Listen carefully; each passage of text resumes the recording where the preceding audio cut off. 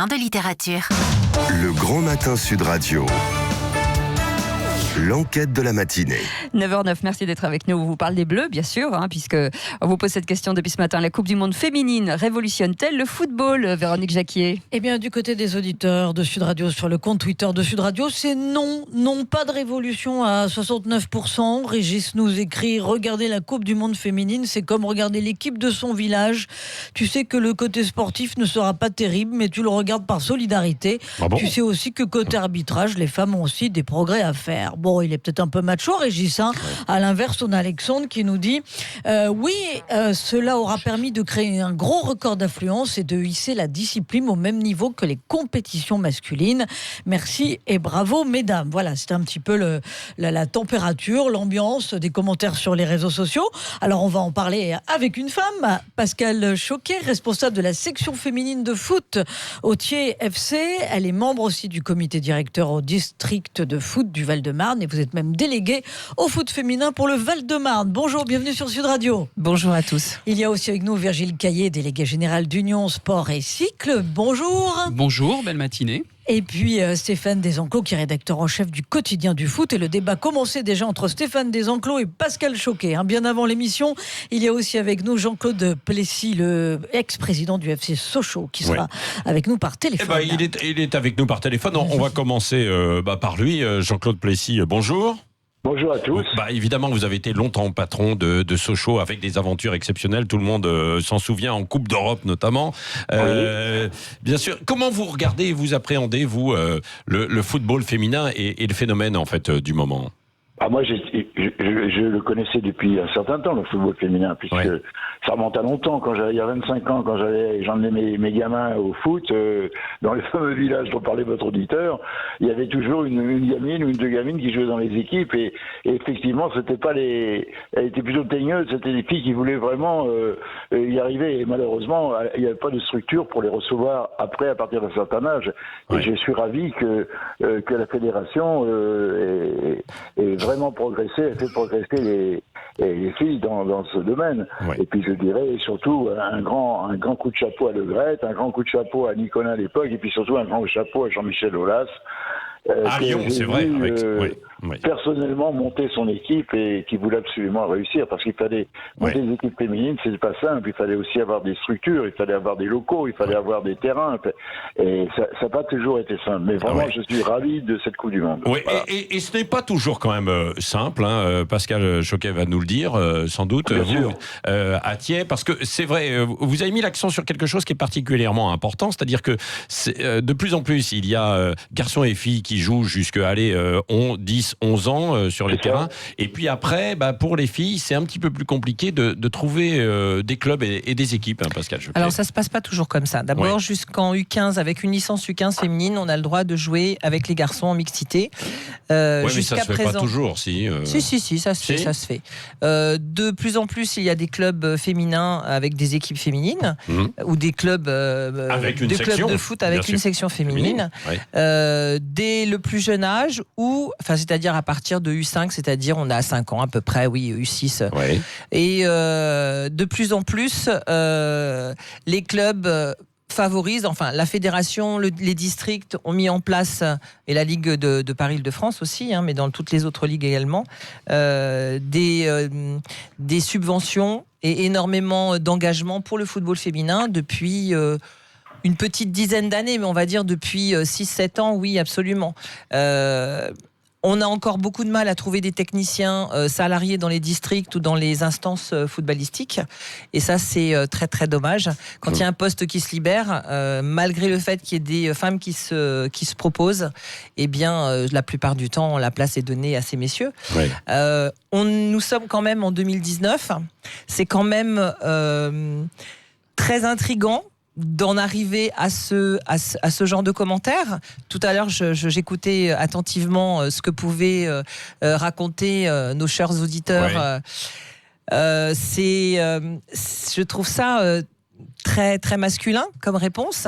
Pas tous, il y en avait certains, mais il y en avait une. Heureusement. Bien sûr, beaucoup même soutiennent plutôt. Moi, je me souviens de l'année dernière sur un sur un événement sportif, il y avait une seule équipe féminine, donc les miennes en U11. Ouais. Quand on est arrivé, il y a des équipes de garçons qui ont dit ouais, il y a des filles qui jouent au foot.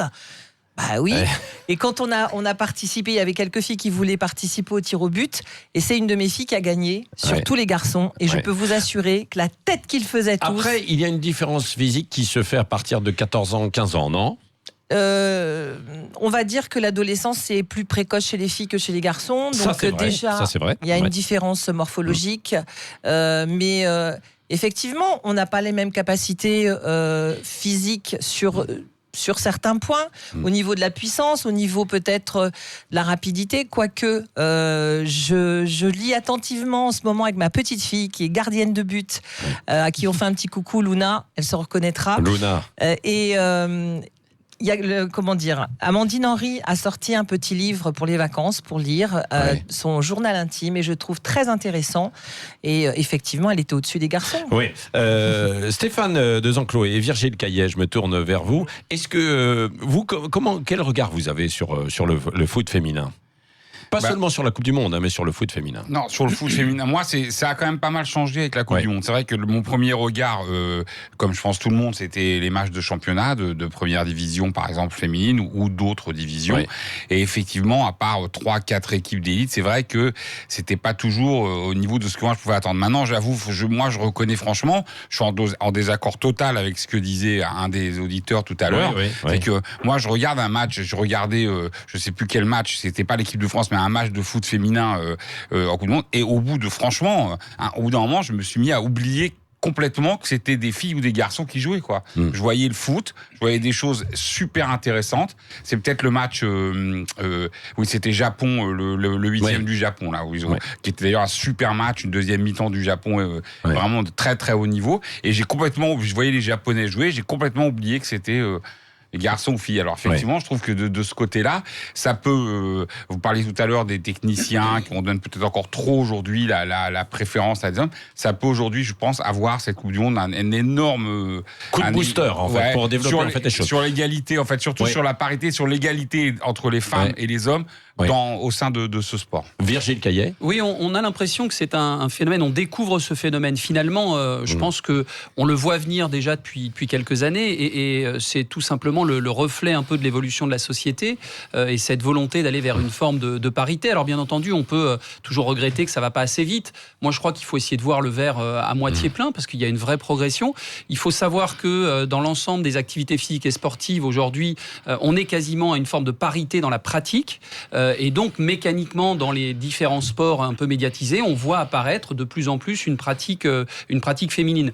Pour ce qui concerne le football, le déclencheur, et vous le disiez tout à l'heure, c'est l'arrivée de Noël Le Graët à la présidence de la fédération en 2011, avec probablement une vraie sincérité, notamment parce que les femmes venaient de faire une très belle Coupe du Monde en 2011. Et puis, il y avait aussi un phénomène, si ce n'est de rattrapage, vis-à-vis des garçons. Je vous rappelle qu'après 2010, Naïsta, le drame, c'était quand même pas mal d'avoir une équipe de France qui apportait de la fraîcheur, de la spontanéité, une sorte de pureté originelle de ce qu'était le football. Et donc, à partir de là, Le Graët a décidé, avec Brigitte Henriquez, il ne faut pas l'oublier, elle a été très moteur dans cette dynamique-là, de structurer le football féminin. Et donc, aujourd'hui, finalement, c'est l'illustration, la continuité de tout ce travail qui est fait depuis une dizaine d'années. Mais il y a des auditeurs qui pointent le fait que si les filles ne gagnent pas ce soir, l'engouement populaire va faire pchit, et on n'arrivera pas quand même à tenir le même niveau médiatique que les garçons. Qu'est-ce que vous en pensez, vous, Virgile Caillet ? Alors ça, c'est toujours un peu l'œuf et la poule en ce qui concerne les auditeurs et les médias.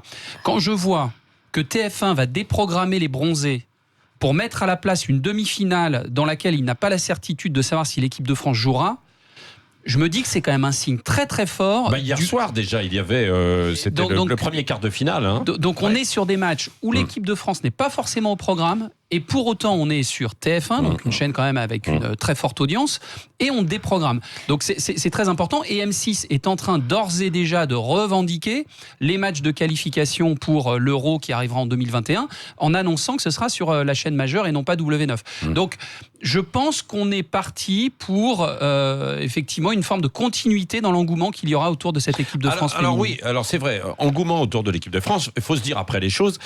En revanche, sur des matchs après de championnat, ce sera après cette Coupe du Monde, ça risque de changer. Enfin, on ne sera pas en fait sur un engouement aussi fort. Pascal Choquet, non ? Sans doute, mais cela dit, ça va servir énormément toutes ces petites filles qui regardent avec des étoiles dans les yeux tous les matchs. Il y a encore beaucoup de parents. Pas toutes, faut pas non plus, même des passionnés de football. Moi, j'en connais et elles regardent pas. Je sais pas pourquoi, mais elles ont du mal quand même à adhérer. Après, dans certaines... Il y a beaucoup parmi les spectateurs, on l'a vu, en fait, des gens en famille qui regardent ça, et c'est pas tout à fait les mêmes spectateurs que pour le football, que pour le les même matchs public, non ? hommes. Effectivement. Et je vais être... il faut parler vrai. Hein. Oui, non, mais c'est la vérité. Oui. Par contre, tout à l'heure, quand monsieur disait effectivement qu'on regarde pas toujours de la même façon le football féminin et masculin, et je trouve qu'il y a beaucoup de rigueur, il y a beaucoup moins de comédie aussi sur les terrains de foot. Donc on peut reconnaître très facilement la différence entre un match de foot féminin et masculin, c'est qu'il y a moins de roulades, de comédie, de cinéma. Et tout à l'heure, quand vous disiez au niveau des arbitres féminines, contrairement à ce que certains pensent, moi je les trouve extrêmement respectueuses du règlement. Elles sont très couillues, ces arbitres, moi je trouve. Et franchement, je leur tire mon chapeau parce qu'elles prennent des décisions qu'on a rarement vues chez les hommes. Moi je trouve que quoi qu'il en Véronique soit, et Stéphane Desenclos, avant de rejoindre Jean-Claude Pessy. Oui, juste un mot quand même à Pascal Choquet sur l'engouement sur le terrain escatier. Depuis le début de la Coupe du Monde féminine, vous voyez des jeunes filles toquer à la porte pour dire « je veux faire du foot ». Est-ce qu'il y a un effet ? Alors, je reçois des parents depuis 15 jours. Ma fille voulait faire du foot depuis longtemps, mais on avait un petit peu peur. On a été voir dans les clubs de foot et franchement, on n'avait pas envie. Et puis, on est venu vous rencontrer. Moi, c'est vrai que je suis hyper rigoriste. Je suis sévère. Je suis tout ce que vous voulez. Je suis dans la cité de par mon métier parce que je suis directrice d'une petite association de quartier à Thiers. Et je sais ce qui s'y passe. Que ces gamines, comme ces gamins, ont besoin d'éducation. C'est la première principale activité du foot aussi, c'est un moyen éducatif. Donc oui, de plus en plus, c'est des filles qui avaient demandé à faire du foot depuis 2-3 ans. Les parents étaient réticents, ne voulaient pas. Enfin, c'est pas très populaire chez les filles. Quand j'étais plus jeune, il n'était pas question que je demande à mes parents de faire du foot. Ma mère aurait fait une crise cardiaque et ça n'existait pas. De toute façon, on nous le proposait pas. Aujourd'hui, c'est la possibilité. Donc, il faut quand même ouvrir cette porte.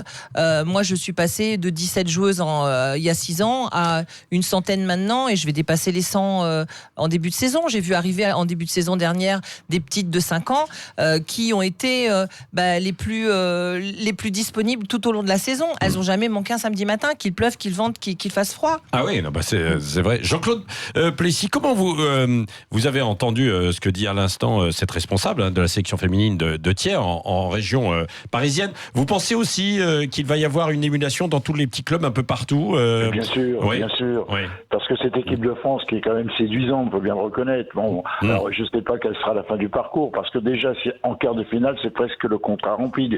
Les Américains, les Américaines vont falloir y aller. Ah oui, ça c'est vrai. Ouais, ça, il faut être raisonnable. Mais je ne pense pas qu'une élimination en quart de finale brisera l'élan. Ouais. Aujourd'hui, il y a une starification qui a été faite de Henry et des autres.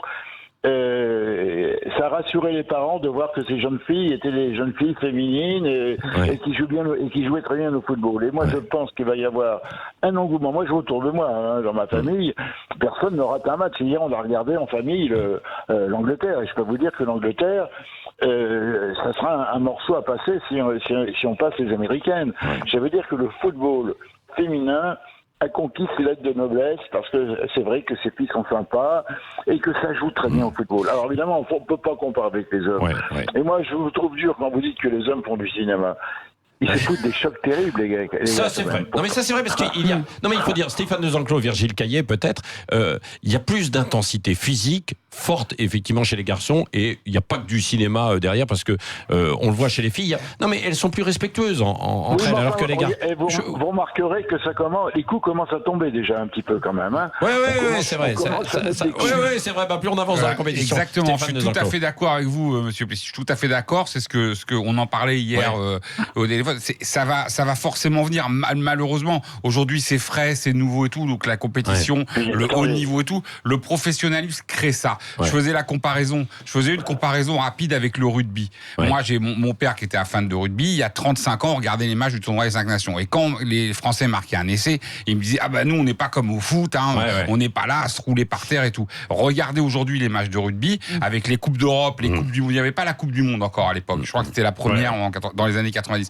Et on arrive au même. Les rugbyman, ils sont affûtés comme des athlètes de ce qu'ils sont d'ailleurs, de très haut niveau. Et ça a complètement évolué. Je pense que dans 5 ans, dans 10 ans, on verra effectivement. Et c'est vrai que, je le disais, on constate un peu plus de contestation d'arbitrage maintenant qu'il y en avait dans les premiers matchs, où tout le monde disait les filles ne contestent jamais. Je pense qu'il y a malheureusement... Le foot business va gangrener l'esprit féminin. J'en ai peur. Vous avez peur de ça ? Virgile Caillet ? Effectivement, de toute façon, c'est le danger, en fait, les valeurs que porte aujourd'hui le football féminin, c'est ce qui fait quelque part sa valeur.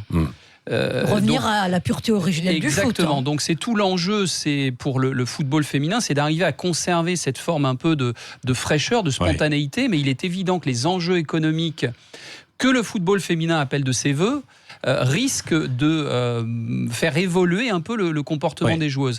Et je rajouterais juste un point, si vous me le permettez. Moi, les 2 enjeux de cette Coupe du Monde pour la Fédération française de football, c'est d'une part de s'assurer de la capacité des clubs à accueillir toutes les jeunes filles qui vont affluer dans les clubs. Ça, c'est le premier point.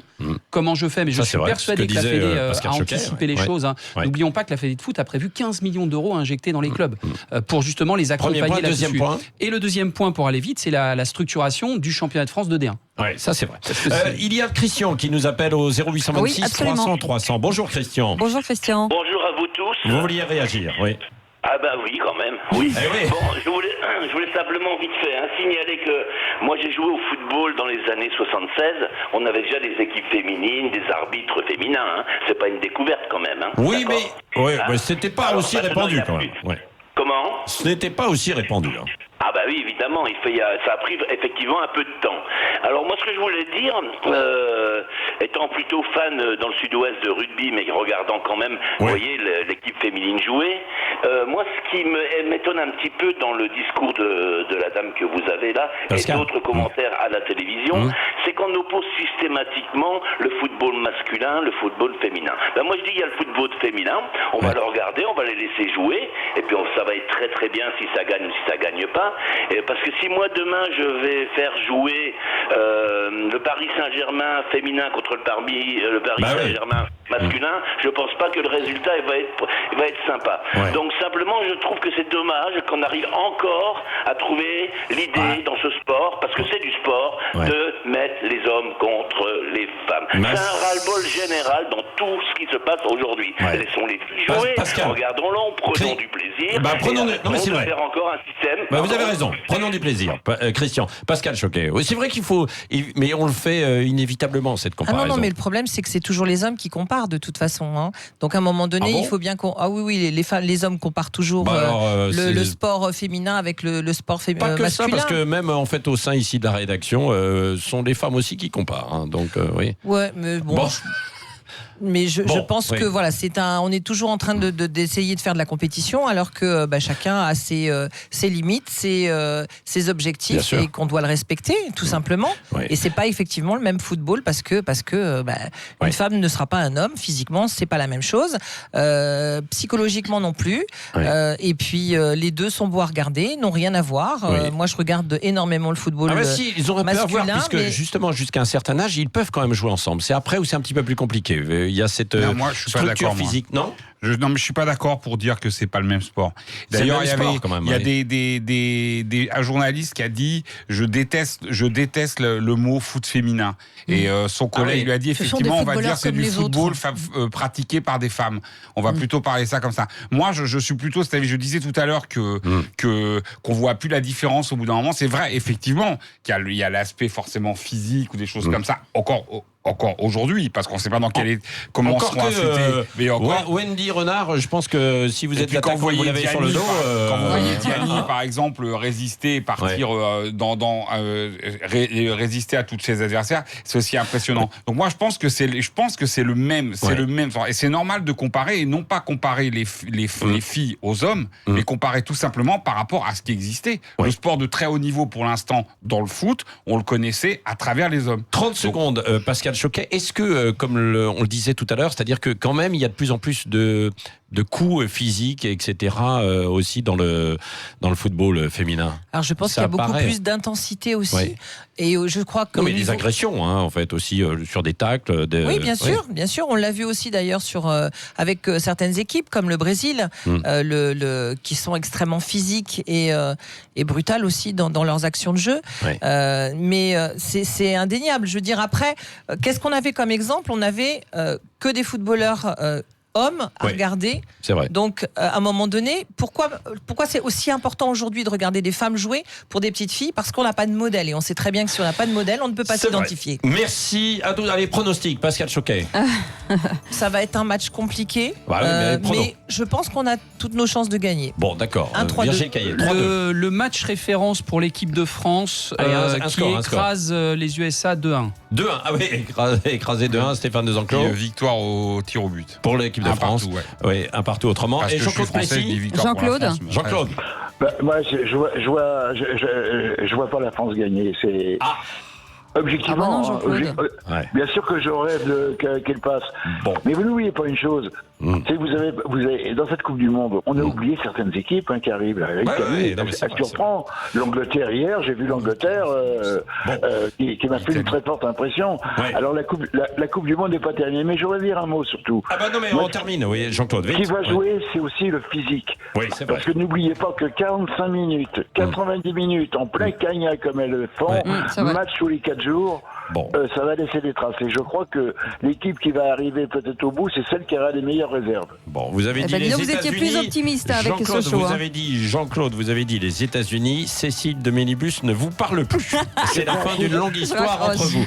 On termine à combien ? On termine à combien, Alors, Véronique la Coupe Jacquet ? du Monde féminine révolutionne-t-elle le foot ? Eh bien, pour les auditeurs de Sud Radio, c'est toujours non à 70%. Mais je vous lis le commentaire de Lucie qui est très positif. Elle dit « Dans 20 ans, les sociologues regarderont cette coupe en France comme un moment clé. Les demandes de filles vont affluer dans les clubs. C'est déjà le cas. Les changements seront plus profonds qu'on ne l'imagine. » Alors ce soir, vous regardez le football et cet été, sur la plage, vous allez lire Une histoire impossible de Guy Lagache. Formidable roman qui sera votre invité, Cécile, dans un quart d'heure. Vraiment hyper intéressant. Et ça sent le film derrière. Je vous poserai la question d'ailleurs. Restez avec nous. Merci à nos invités d'avoir été avec nous. Merci Jean-Claude et merci aux auditeurs. 9h31. On revient dans un instant.